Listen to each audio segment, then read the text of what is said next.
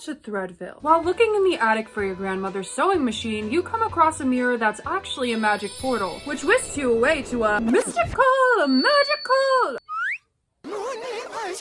thank you, Benson. World where everyone is puppet, including you now. And everything is just super cute and adorable. Except everything is not what it seems. Okay, thank you, Selena, as well. I don't know why we have that many guest stars today. See, because after dark, a more sinister side of Threadville shows itself to us at night. Something, a being, has taken over one of Threadville's residents to become a more hostile version of himself. And we need to hide and get to safety. Yeah, okay, so it is all pretty intense, but it's a super fun game. But not to mention, there's obviously like a ton of lore. Duh! That's a given, obviously. In this video, I'm going to be going over everything you need to know about the world of Threadville, like the ultimate guide. Oh, okay. That'll do. Yeah, so this actually isn't a book on the Threadville lore. I'm just using this as like a representation. This is actually a binder full of drawings I did in the 4th grade.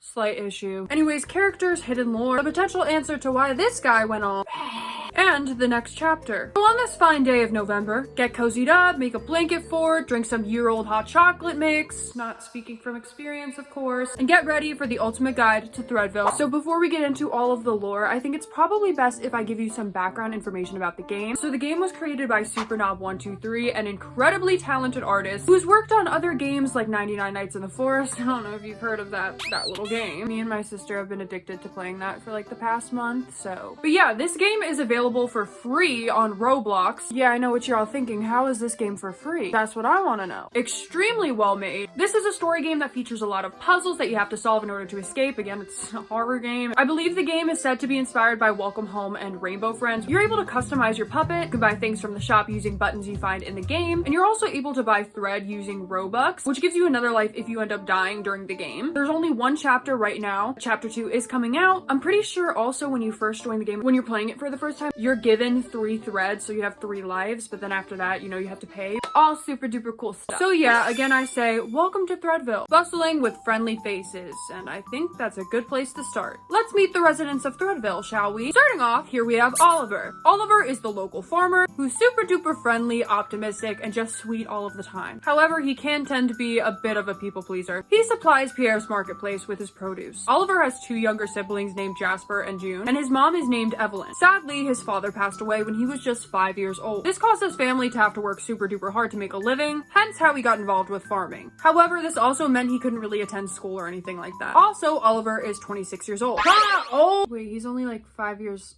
older than me.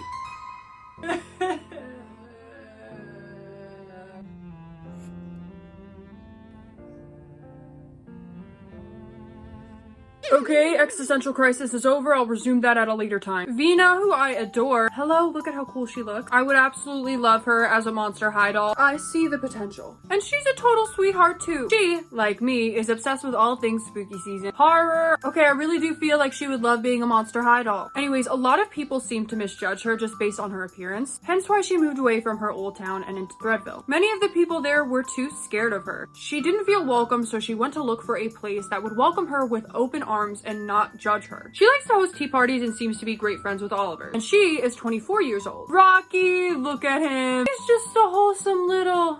No, that's a big dog. Despite his size being slightly intimidating, he's a total friendly giant. He's a friendly fisherman who loves to help all those around him, although he really does like his alone time. His parents are named Joyce and Jack. We can actually see a picture of him and his mom in the shed in Threadville, which is totally adorable. And as I mentioned in the intro, it seems like after dark when we first arrive, nothing has changed within him. More on that later, don't worry, I saw you worrying. Don't you worry, child. Also, the evil, corrupted version of him is known as the frayed version. Patty, my queen! She's an icon, of course. This diva is a psychic who helps us when we first get to Threadville. She welcomes us into her home with open arms, and she's basically like the mom of Threadville. She's a bit older, and in her youth, she was a flapper. She actually adopted Charlotte, an orphan, and this is a segue. She showed up in Threadville as a baby. She loves to play games outside, although she is a bit intimidating. By a bit, I mean like a lot. She's like very very serious about tetherball. He's also like 9 years old. And it seems like Patty also takes in other orphans from time to time. Worm, my nemesis. He lives in Pierre's market and takes over when Pierre's away. He makes us go through all of these tasks for him to tell us how we can escape Rocky, just for him to like not actually tell us anything. He also claims to be besties with everyone while actively being rude to everyone. Yeah, Pierre is the shy bird in charge of the market, who, by the way, makes sure that all of the prices are fair. We love him for that. So that's like the basic gist of everyone who's in Threadville right now. And I guess now that I've introduced everyone and gave you the gist of the events happening in the game, I should really get landing. So yeah, we land in Threadville, get help from Patty, see Rocky go all frayed mode at night, we look for clues to help us get to safety, and we eventually make it past the Threadville gate to Oliver's farm, where he leads us to safety, but uh-oh, Rocky's found us. We try our best to get away from him, and Oliver ultimately steps in to protect us, but gets yeeted. And just before Rocky can get to us, a shelf falls, causing a barrel to fall on Rocky's head, killing him. We go to check on Oliver, who doesn't respond and seems to be in not the best shape. And that's how chapter 1 concludes. Now, I bet you think that's all there is to it. Nah.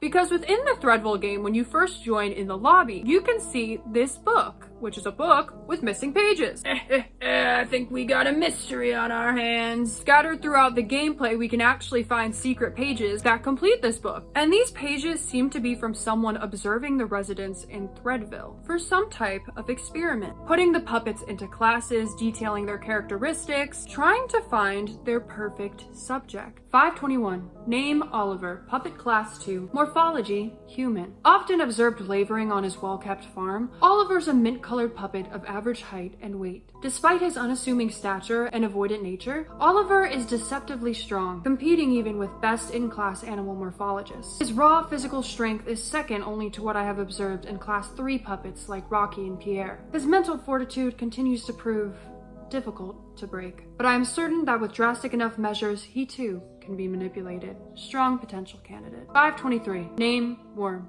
Puppet class 1. Morphology animal. Observed taking up space in Pierre's market, Worm appears to be determined in lowering the criteria for what qualifies as intelligent life, with the only redeeming quality he possesses being his connections to class 3 and class 1 puppets of much higher quality than himself. Despite being an easy target, Worm is small, pathetic, and weak, making any efforts to manipulate him a waste of time and resources. Removed from list of candidates. 528. Name Vina. Puppet class 2. Morphology human. It is rare that I observe and note Vina's appearance as a singular entity. She is often attached at the hip to Oliver. The two are inseparable, which is, as I note here, a possible point of infiltration. She is average in both height and weight, but presents with a rare phenotypic expression. She's a puppet with a full set of sharp teeth. Her mental fortitude is rather weak, making her an easy target, but her lack of overall physical strength is a shortcoming that could make things difficult. Despite this, her teeth could prove useful. Potential candidate. 524. Name Pierre. Puppet class 3, morphology animal. Though Pierre has Rocky bested in height, he still falls second to him in both weight and physical prowess. His appearances in town are sporadic at best, but whenever he is present, Pierre is most likely to be observed tending to his work inside the market. While his statue as a class 3 puppet is promising, his clumsiness and cowardly disposition encourage me to explore better alternatives first.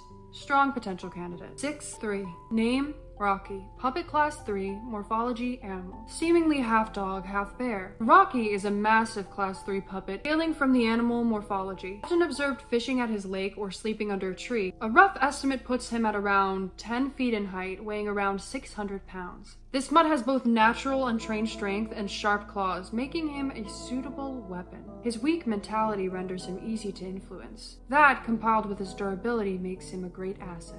Perfect candidate. So clearly Rocky was the target of this little experiment. We can also see an x-ray of Rocky's brain, which is getting #frayed. It should also be noted that throughout the lobby, we get a glimpse at this being that is influencing Rocky's mind that doesn't have a name, but is referred to on the wiki as the Entity. A puppeteer looking being, which makes sense, I suppose. On Supernob's YouTube channel, there are some videos that feature the Entity controlling Rocky, showing that their experiment is in progress. But that leaves us with many questions. What is the motive here? Who is this entity and who started this experiment? Obviously, obviously this is someone who is from outside of the world of Threadville / the puppet realm, as we can clearly see them observing the species and puppets in the notes. Not only that, but Supernob posted a piece of artwork where it looked like someone was dissecting a puppet. The title of the chart of the puppet's anatomy also looks like it could read false puppet. So what could that mean? Could a false puppet be someone who traveled to the world through a portal similarly to us? Spooky, who the heck knows? However, it is clear that there are ways to get into this puppet dimension through portals similarly to how we ended up there, which opens up a whole other door of questions. Where did the portal come from? Why does our grandma have this portal in the first place? And I think a lot of that truth lies within the origin of the portal and what the heck grandma's got going on. The caption of the image I just talked about is, "Wicked minds make wicked thoughts, make wicked deeds." My potential theory is that this could be someone who traveled to the world of Threadville, and as opposed to being, healthily intrigued by everything in the world of Threadville, this person wanted to know everything that there is to know about these puppets that are somehow alive. And this could be by any method, including getting their hands dirty. They don't care who they hurt. So the question is, what's next for Threadville? Well, we have Chapter 1, so Chapter 2, of course. And Chapter 2 has already had some teasers put out for it, and Act 2 will be called The Hospital, which, following the events of Act 1, it is implied that we will follow Oliver recovering in the hospital. While not much is known about what will actually take place in Chapter 2, we did get a look at new characters, and I love new characters. We got a look at Piper, the antagonist of this chapter. And I love her. I need her wardrobe. Give me her wardrobe. Piper. Augmented to be the perfect ambush predator, Piper will hide and wait from above for her unknowing victims. Her patience is usually short-lived as she gets easily frustrated. She's a profound love for music, fashion, and her master, whom she would do anything to please. Could this be the person we were just talking about? Potentially. Born to be rebellious, Piper grew up getting in trouble with authority and lacked a meaningful purpose in life until she met him. Now, she willingly and happily operates as one of his most loyal creations. Okay, so yeah, definitely, I do think this could definitely be the person we were just talking about. I mean, it all makes sense. It's all connecting. Let's see how that goes. Then we have twins. Nurse Max. Max is the more extroverted of the twins, as she has an ongoing nature that is always ready to spark up a conversation. Growing up, the twins did everything together, so it only made sense for them to attend the same nursing school and enter the same profession so that they would never have to be apart. Now Max works at the hospital with Min as an assistant to Dr. Doldrum, where she strives to assure that every patient is treated with kindness and compassion. Nurse Min. Min is the more introverted of the twins, as unlike Max, she would rather spend her day inside instead of going out. She's very close to her sister and graduated at the top of her class in school,